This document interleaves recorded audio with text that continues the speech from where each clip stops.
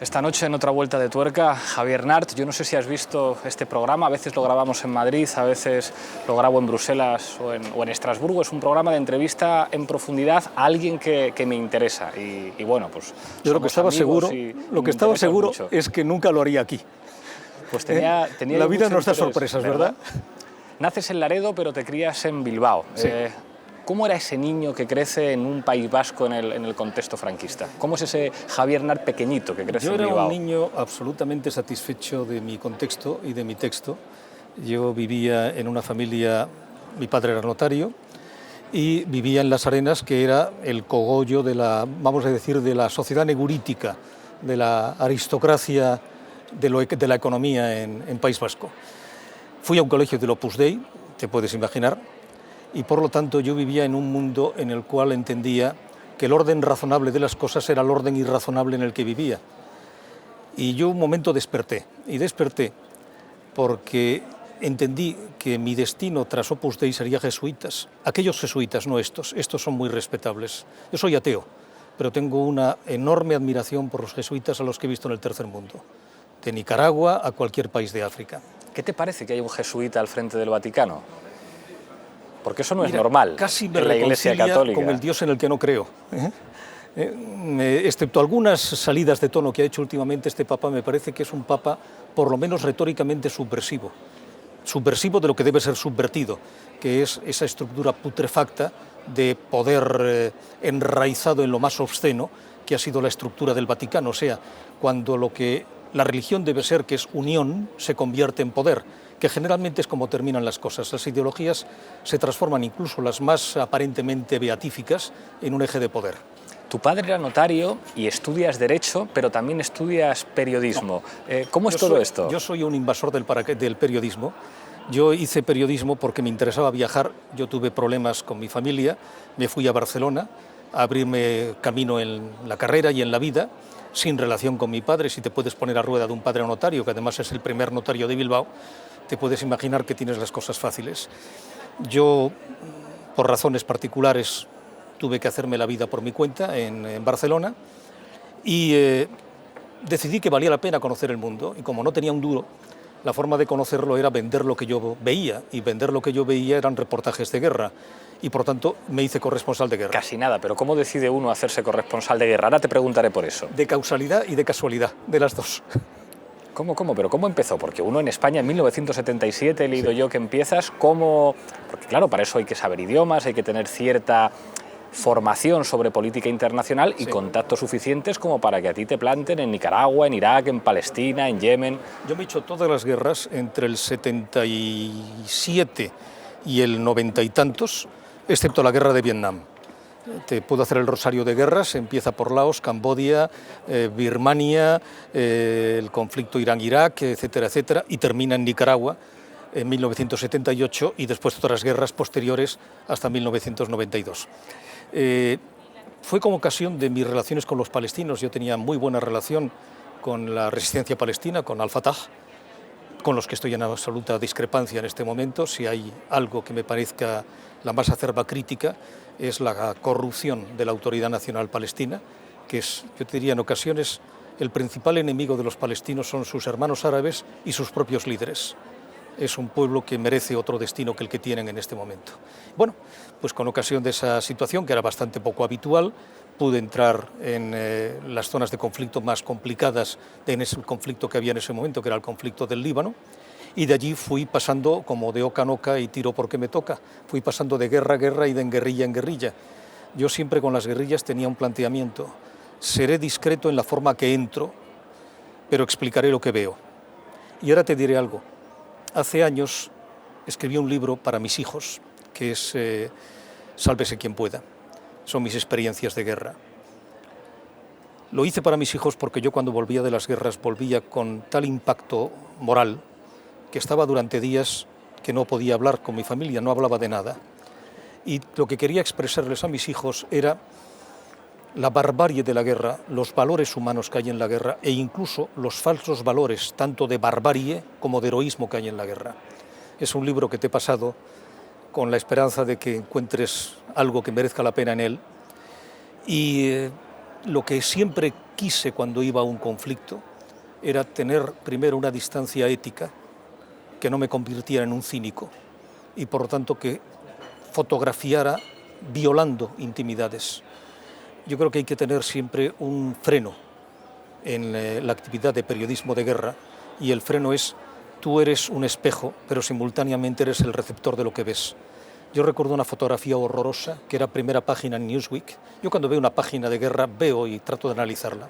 Era una mujer con un niño desmadejado, caído, podía estar muerto, con una cara ni de sufrimiento, de agotamiento en el sufrimiento, y mirando la mano ves que hay algo en la mano, que es un billete de $10 posiblemente. Comprar el íntimo sufrimiento de una madre con el que ese dinero a lo mejor podrá pagar el alimento de sus hijos vivos. Para la foto. Eso es una obscenidad. Yo nunca quise hacer eso. ¿Qué contraste encuentras en la época en la que tú haces periodismo de guerra? Estamos en plena Guerra Fría. Hablabas de Fatah. Yo estoy convencido que el Fatah de los 80, cuando el FLP existía era mucho más fuerte en Palestina, nada que ver con el Fatah de los acuerdos de Oslo y de después, que es completamente distinto, pero también estás en Nicaragua, en la Nicaragua sandinista. Digamos, ¿qué diferencias encuentras entre los conflictos que se dan en ese contexto de Guerra Fría y lo que nos encontramos ahora? Entonces se podía ir a la guerra. Yo tengo un recuerdo, sobre todo en África, y en los contextos tradicionales, la guerra del Yemen, por ejemplo, la guerra tradicional brutal, terrible de la guerra del Yemen, o las guerras en el desierto. Hace años me dijo un amigo, hablando conmigo, un viejo combatiente, compañero de 70 y tantos de las guerras en Chad, en el norte del Chad, en el Tibesti, hablando, me toma la mano, me mira y me dice: Javier, hemos perdido el honor en la guerra. Una guerra que es una barbarie siempre. Matar al prójimo, matar a alguien que no conoces, simplemente por una idea, es en sí mismo un acto objetivamente criminal, subjetivamente no. Hay una frase que me dijo en una ocasión un piloto de la Luftwaffe alemán, me dijo: la guerra es un crimen donde jóvenes que no se conocen y no se odian se matan, bajo las órdenes de viejos que se conocen, se odian y no se matan. En este momento lo que hay es, yo te diría, la destrucción de los últimos resortes de limitación que existían anteriormente, donde el deshonor era matar al débil, que era el niño y a la mujer. Ahora a la mujer se la viola y al niño se le convierte o en esclavo sexual o en niño de la guerra. Eso en aquellos tiempos no existía. El corresponsal de guerra era una persona que se jugaba la vida, pero que tenías resortes de seguridad con las guerrillas con las que iban. Yo siempre he ido con guerrillas, yo siempre he estado con los que pierden. ¿Qué opinas de los que van empotrados en los ejércitos que ganan? Pues que es una especie de sodomización del periodismo, o sea, te conviertes en una persona controlada, que vas a decir lo que quieren ellos que digan. Eso es la antítesis del periodismo, la antítesis de la libertad. Estados Unidos pierde la guerra en Vietnam habiéndola ganado militarmente, porque la pierde políticamente, porque su retaguardia, Estados Unidos, no soporta lo que significa el sufrimiento de la guerra, ni lo que significa lo que están viendo, que es la barbarie de la guerra.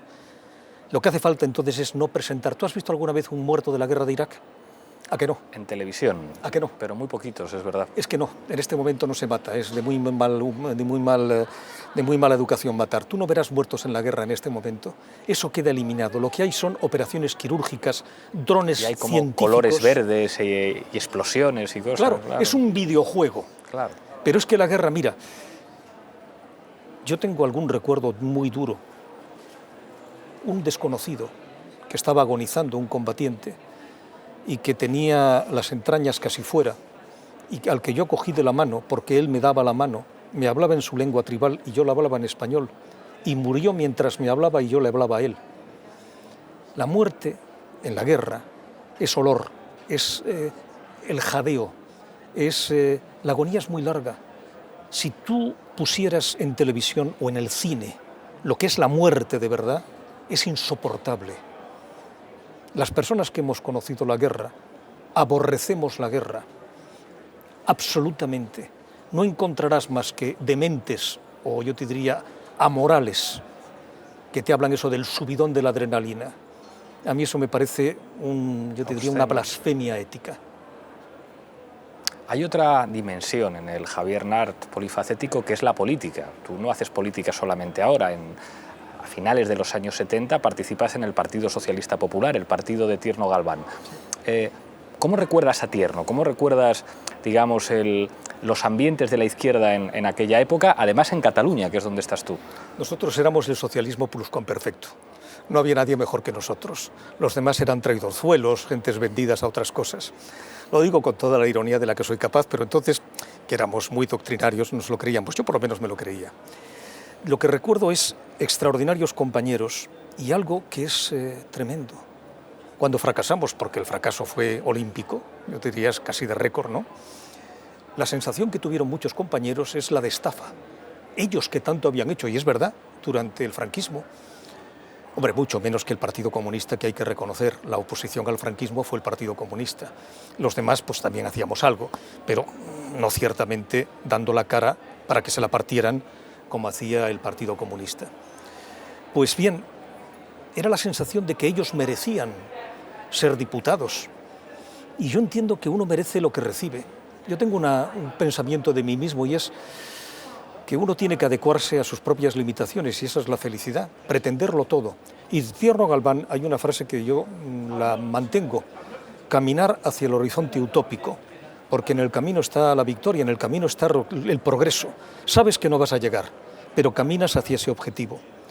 Tierno Galván, por otra parte, era un pésimo compañero. Pocos te hablarán bien de Enrique Tierno Galván como persona, quizás tu padre, porque quien le defendió fue Pepe Bono. Es verdad, mi abuelo era amigo de Tierno Galván y Pepe Bono. Sí. Y como mi abuelo era amigo de Tierno Galván y Pepe Bono trabajaba en el despacho de Tierno Galván, sí. El viejo no sabía que tenía... Te hablarán, mira, yo te digo una cosa, para mí lo fundamental... Raúl Morodo también me ha hablado de... Raúl Morodo. Mira, yo prefiero estar en desacuerdo con una persona honrada que coincidir con un sinvergüenza. Para mí la relación personal, por ejemplo contigo, estamos en discrepancia en muchas cosas y en concordancia en las más fundamentales. Tú eres una persona decente, te considero como tal. Entonces, discrepar contigo es una satisfacción. Y concordar más, ¿eh? Es mutua la consideración, tú lo sabes. Hay algo que decías antes que me ha llamado la atención. Hablabas de decepción, hablando de ese periodo de tiempo que se conoce como la transición.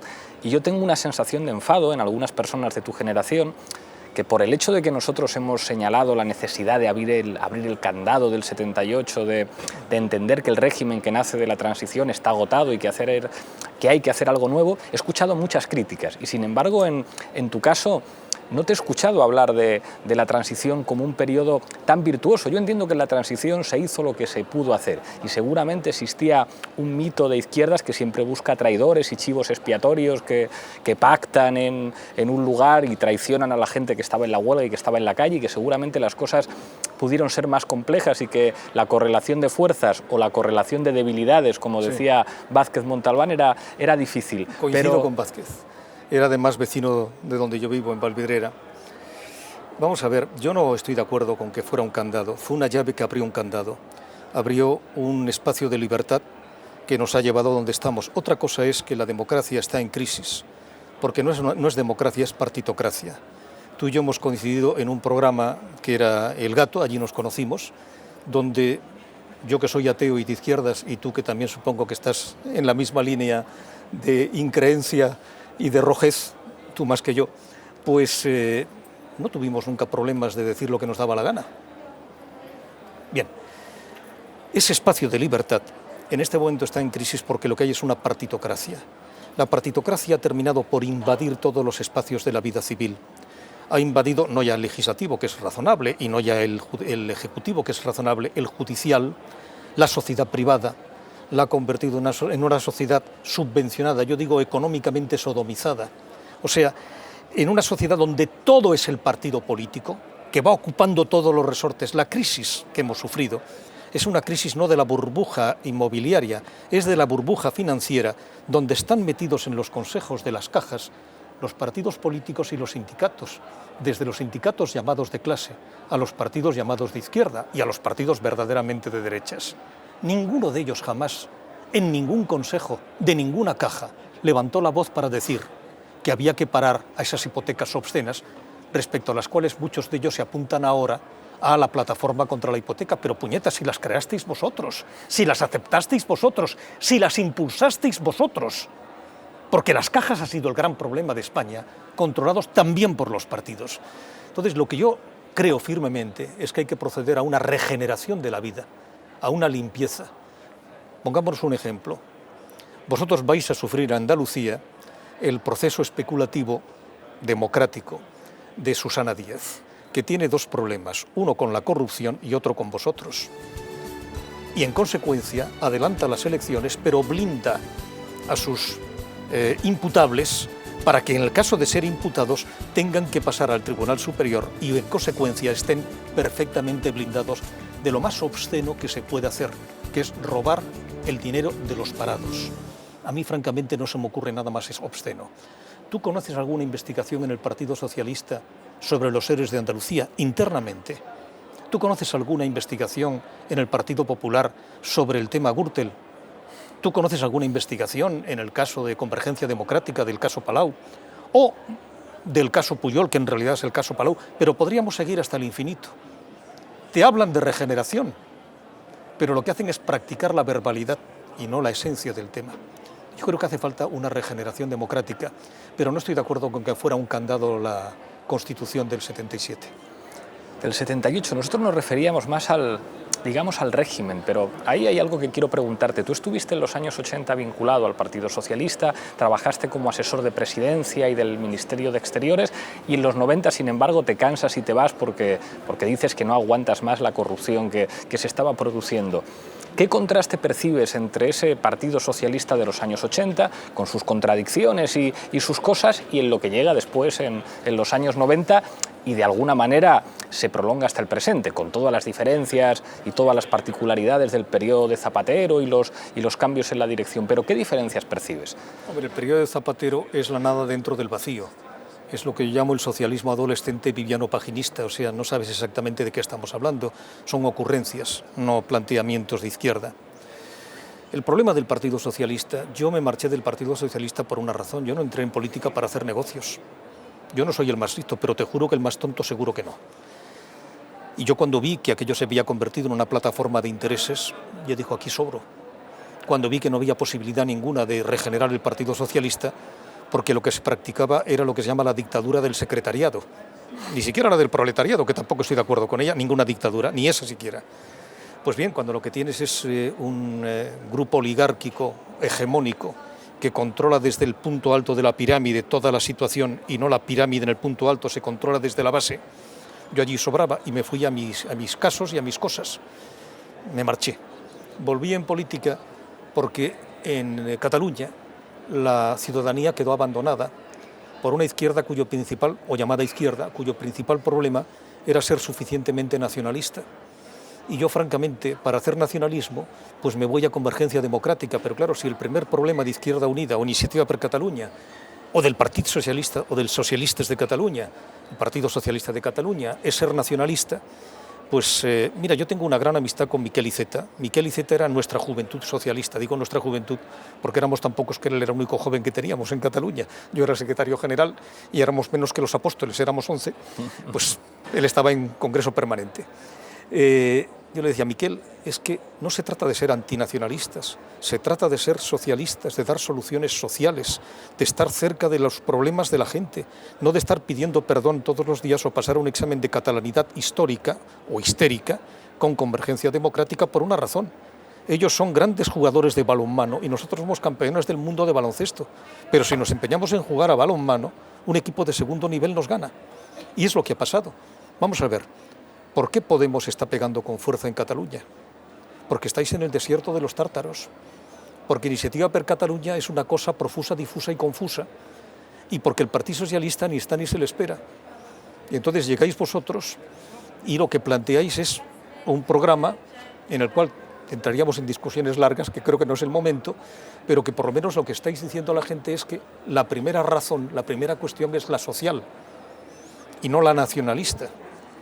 Y eso, que en principio yo creo que es la esencia de la izquierda, es descubrir el Mediterráneo. Pero esta gente tenía el Mediterráneo delante de las narices y no lo veían. Es verdad que muchos sectores decían que solo se podía hablar de ciertas cosas en Cataluña. Hay un texto que a mí me gusta mucho de Xavier Domènech que decía el catalanismo, y el catalanismo no es necesariamente independentismo, se ha convertido como en el campo político hegemónico en Cataluña. Cualquiera tiene que asumirlo, y es verdad que los últimos acontecimientos han resituado los campos políticos en Cataluña. Yo recuerdo que te conocí a finales de los 80 en un programa que se llamaba Tribunal Popular. Yo era un niño y yo lo veía, que era Ricardo Fernández Deu, y tú, que tú hacías de fiscal y Ricardo Fernández Deu hacía de abogado. Nosotros decimos... ¿Te gustaba el programa? Mucho, porque no. A ti no te gustaba, ahora a mí me encantaba. Veo y me siento incómodo. Porque yo soy hijo y nieto de abogados, entonces era como el primer contacto con, claro, un juicio debe ser esto. No. Y luego hay dos personas que razonaban muy bien. Recuerdo un programa que hicisteis sobre el tabaco, uno defendía... ¿Sí? Claro, a ti te tocaba atacar el tabaco, que lo tenías muy fácil, y Fernández Deu defenderlo, que no era sencillo.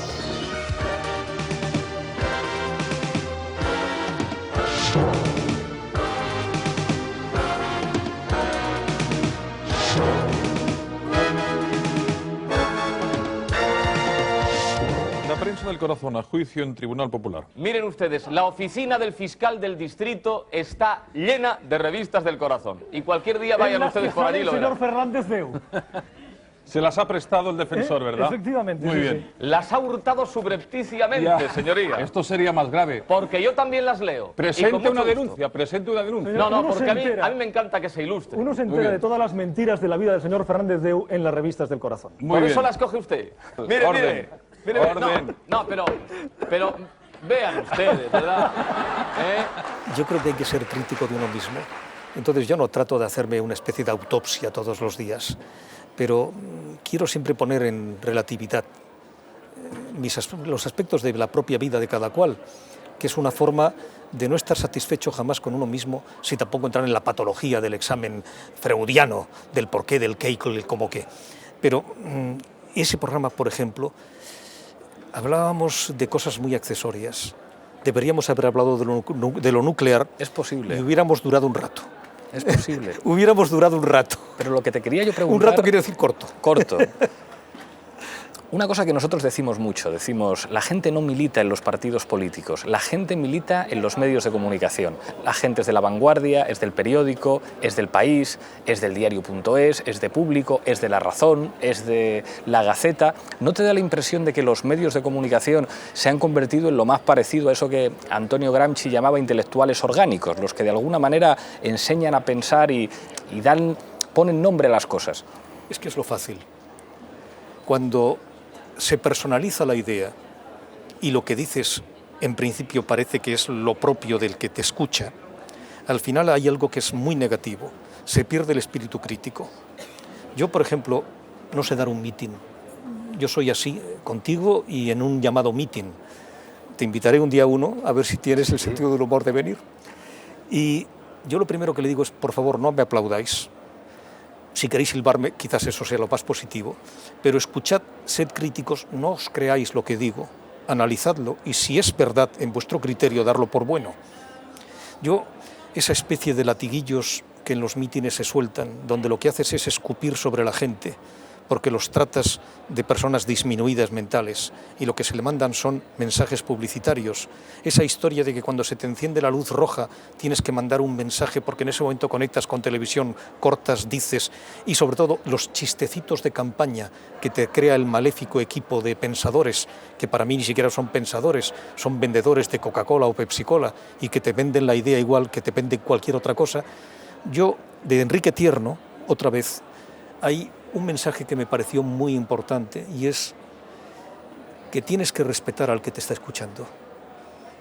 Y quizás eso sea muy poco útil, porque es mucho más sencillo mandarle latiguillos y vincularle, yo te diría, por sentimientos y no por pensamientos. Pero yo creo fundamental el pensamiento por encima del sentimiento. El sentimiento es muy manipulable. Con el sentimiento también puedes crear odios.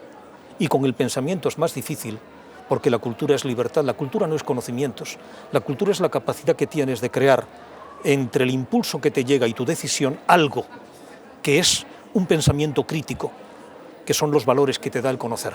El tratar de conocer, no conocemos nunca del todo. Eso es la forma que yo he vivido siempre y la que yo quiero transmitir. Y después resulta que si me votan menos que el que promociona la Coca-Cola o la Pepsi-Cola, pues ¿qué le vamos a hacer? Bueno, te votaron bastante bien en las europeas. Mucho más de lo que pensaba. ¿Verdad? Te quiero preguntar sobre... Oye, entre tú y yo, ¿tú te pensabas que ibas a sacar 5? Pues desde que tuvimos la primera encuesta, sí. ¿Tú te acuerdas lo que yo le dije? Pero tú fuiste el que esa mañana me llamaste y me dijiste, creo que los triunfadores de la noche podéis ser vosotros. ¿A qué hora? Pues a las 11 de la mañana, una cosa así. Y te dije que me dieras el teléfono del compañero Carlos, buen Carlos amigo, Jiménez Villarejo. Jiménez Villarejo, al que le dije, Carlos, sales eurodiputado, y me dijo, estás loco. Le dije, Carlos, sales eurodiputado. Y vamos que sí salió. Pues entonces no hagas encuestas, pregúntamelo a mí. Es verdad, es verdad.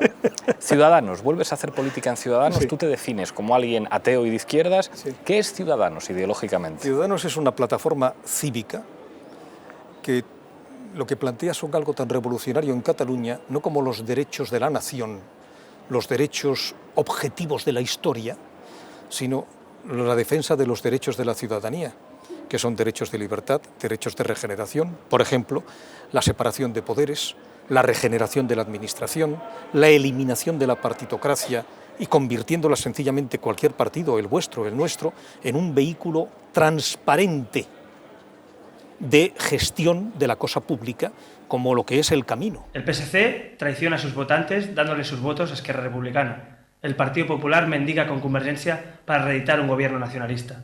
Nosotros no venimos a buscar una silla, venimos a representar a los ciudadanos. Los políticos catalanes defienden un modelo de sociedad cerrado y excluyente. Una sociedad donde para ser un buen catalán se debe ser nacionalista. En Ciutadans, por el contrario, defendemos una sociedad abierta y plural, donde se pueda ser catalán y no necesariamente nacionalista. Ciutadans defiende una Cataluña abierta, bilingüe, cosmopolita, plural, en la que quepamos todos. Estamos planteando algo tan subversivo como son las comisiones, no de encuestas, sino la auditoría externa, que un partido tenga o no una auditoría Nosotros propia. Tenemos también. Bueno, sí, pues sí, la semana pasada nos ¿te das hicieron cuenta aquí? Cómo el sentido común coincide? Bueno, pensamos en eso. Estamos pensando, por ejemplo, en que la educación no tiene que crear patriotas, tiene que crear ciudadanos, que no puede convertirse la educación en un arma arrojadiza. Por ejemplo, yo admiro Finlandia, que sale de la Segunda Guerra Mundial derrotada y económicamente hundida, y que crean los dos grupos, el grupo de derechas y de izquierdas, una educación estratégica, porque es su único activo, un acuerdo educacional. En España la educación es un arma arrojadiza de los rojos llamados contra los verdaderamente, que no son rojos, ¿no? Azules no porque sean de Falange, sino porque es el color de la gaviota. Vamos a entendernos, para que no nos entiendan mal. Y al final lo que se convierte es en una especie de cesta punta, donde la pelota es el pueblo español. Tú fíjate algo, en el Congreso de Diputados es tú contra mí, mí contra yo. Nosotros en Cataluña planteamos algo que era decisivo, y es que por encima de la patria y de la nación estaban los derechos de la ciudadanía, estaba eliminar la corrupción, estábamos discutiendo, no, estábamos enfrentándonos con la partitocracia desde una situación extraordinariamente difícil, porque en Cataluña, cuando te enfrentas con el nacionalismo hegemónico, te ignoran. Y en consecuencia navegábamos en el más perfecto de los vacíos. Nosotros no existíamos en Cataluña hasta que fuimos existiendo poco a poco. Vosotros también os han colocado ahora en lo que alguna ha determinado la izquierda casposa. ¿Por qué? Porque no sois nacionalistas. Tú observa qué cosa tan curiosa. Les rusistas. Si eres sí. Nos han llamado. Oye, te digo una cosa. Es magnífico que esa gente nos descalifique, porque en último término nos está calificando en algo que es importante, que se llama ciudadanía.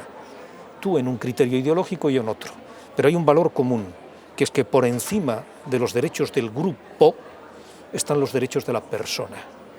Y por encima de la guerra de sucesión, 1714, para mí está 1812, la Constitución de Cádiz, uno de cuyos padres es Antoni de Capmany, catalán, y el presidente de las Cortes, otro catalán, Lázaro Dou, del que nadie se acuerda, porque precisamente hablaban de ciudadanía y no de patria, que es en lo que están metidos las llamadas izquierdas de Esquerra Republicana y las verdaderas derechas de Convergencia Democrática, porque no hay nada más útil en Cataluña que envolver la cartera con la bandera.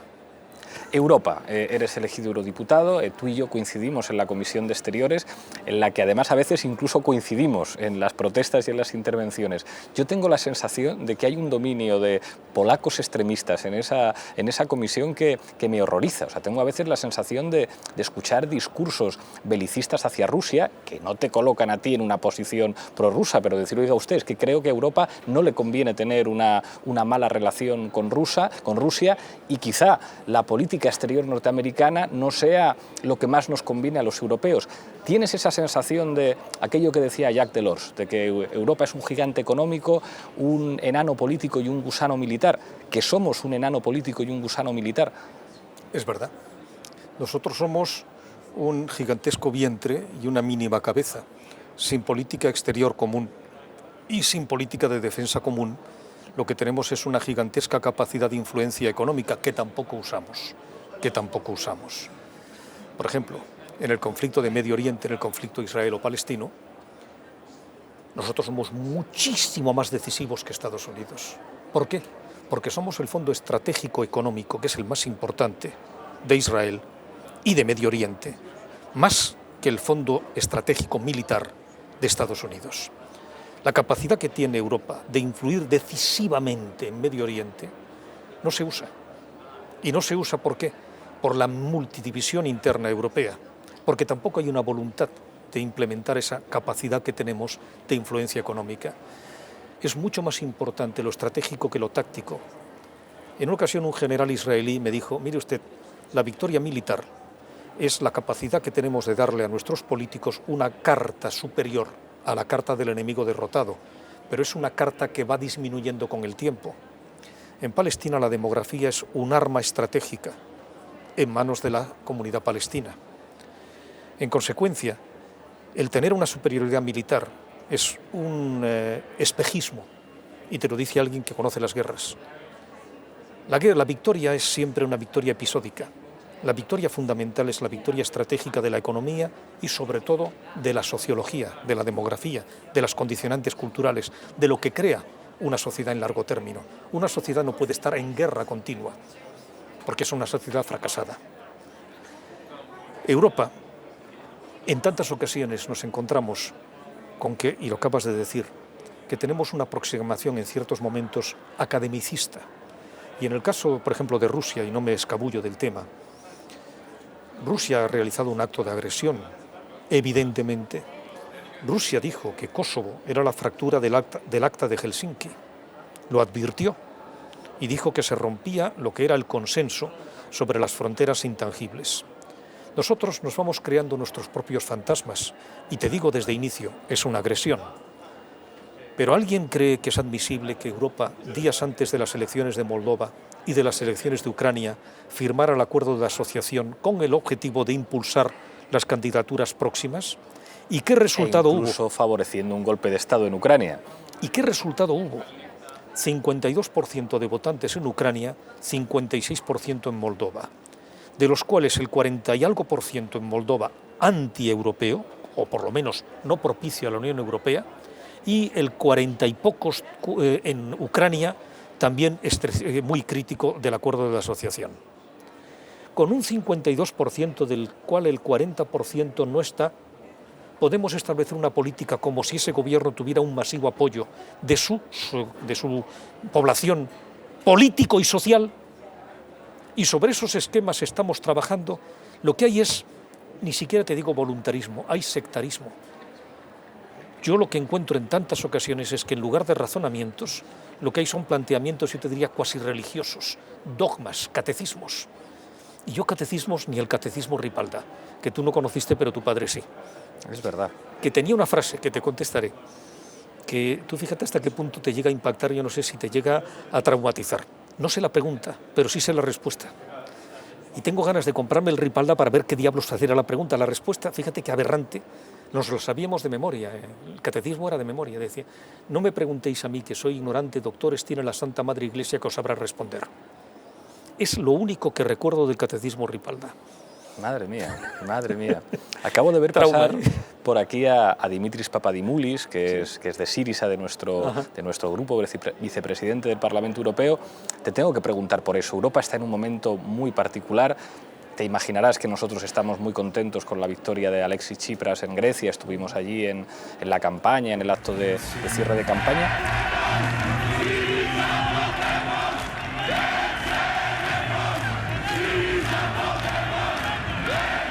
¿Cómo lo ves tú, lo que ha ocurrido en Grecia? Yo lo veo, primero, el éxito descomunal quien diría hace pocos años que Syriza iba a tener lo que tenía ahora, la mayoría, casi todos que le faltan, absolutamente nada. PASOK era un partido putrefacto, consecuencia de una dinastía socialista que eran los Papandreou. Los Papandreou. Tú explícame cómo puedes conjugar la dinastía con la izquierda. Hombre, sí, en Kim Il-sung sí, pero o con la familia Castro, con la gerontocracia castrista. Pero en principio yo diría que es una contradicción en término, una dinastía de un país republicano y además en este caso socialista. Pero en la derecha tenías los Karamanlis, que era 3/4 de lo mismo. Tú saltas de Karamanlis a Papandreou, de Papandreou a Karamanlis desde el año 1950 y pocos, desde el final de la Segunda Guerra Mundial. Grecia era un país donde el amiguismo, el enchufismo, la sociedad considerada como un casino, donde ibas colocando gente para ir creando clientela, y esto es paradigmático el caso, por ejemplo, de los funcionarios públicos griegos, donde cada uno iba colocando los propios y los suyos y se iba engordando. Ojo, en España pasa igual, ¿eh? No hay que... Tú coges España, haces un corte estratográfico y tú puedes decir, este es el estrato socialista del 70 y tantos, el estrato popular del 80 y no sé qué, y puedes hacer como si fuera en Atapuerca el corte estratográfico de lo que es, no el funcionariado, los funcionarios devenidos, perdón, las personas de la administración de las empresas públicas o de las fundaciones públicas devenidos funcionarios por el contrato. Por ejemplo, lo que quería hacer Susana Díaz, que no se terminó haciéndolo con los 30.000 paracaidistas socialistas que quería colocar en la administración. Pues era inevitable. Ese país que al final se convirtió en un gigantesco casino donde nadie pagaba impuestos, y donde todo el mundo vivía en una gigantesca juerga, y donde la izquierda no hizo su trabajo, que era tratar de explicar a las personas que aunque las explicaciones son a veces desagradables, son necesarias y que no se podía empezar siquiera por una vía que ellos también habían empezado. Yo creo que en consecuencia es una respuesta de la ciudadanía que está diciendo a la vieja partitocracia, basta. Llegamos al final, ahora sí, de la entrevista con la rueda de reconocimiento. Yo te doy unos nombres y me dices lo que te parezca. Sobre uno ya me has contestado más o menos, pero lo vuelvo a poner encima de la mesa. Tierno Galván. Gran pensador, mal compañero. Ricardo Fernández Deu. Un buen amigo con el que estoy en desacuerdo en casi todo. Rosa Díez. Rosa Díez. El aparato de lo que es el control de un partido con la apariencia de la regeneración. Una cosa bastante triste. Artur Mas. Cómo controlar los desmanes de un partido a través de la movilización de una nación. Y para terminar, Jean-Claude Juncker. Un cazador furtivo que yo esperaba que se convirtiera en un buen guardador de bosque y que si no lo hace, estaremos conjuntamente poniéndolo en la calle. Pues ya para terminar, Javier, te voy a pedir que tomes una de esas copas de agua, mires a esa cámara de ahí y brindes por lo que tú quieras. Yo sé que es un sacrilegio brindar con agua. Si me quedara alguna de las cervezas que me regalaste, hubiera traído una. ¿La de 18,41? La que tenía más graduación. Las cosas, cuanto más fuertes suelen ser mejor. Es una cerveza de Cuenca, no hago publicidad, que tiene 18,41 grados de Cuenca. No es que quisiera alcoholizarle, pero es un buen amigo y creo que merecía que recibiera esa cerveza. Pues puedes brindar con ese agua por lo que quieras. Pues por un mejor país, por una mejor ciudadanía, por un pensamiento crítico y por algo tan complicado pero tan necesario que se llama libertad. Muchísimas gracias, Javier. Gracias por estar aquí.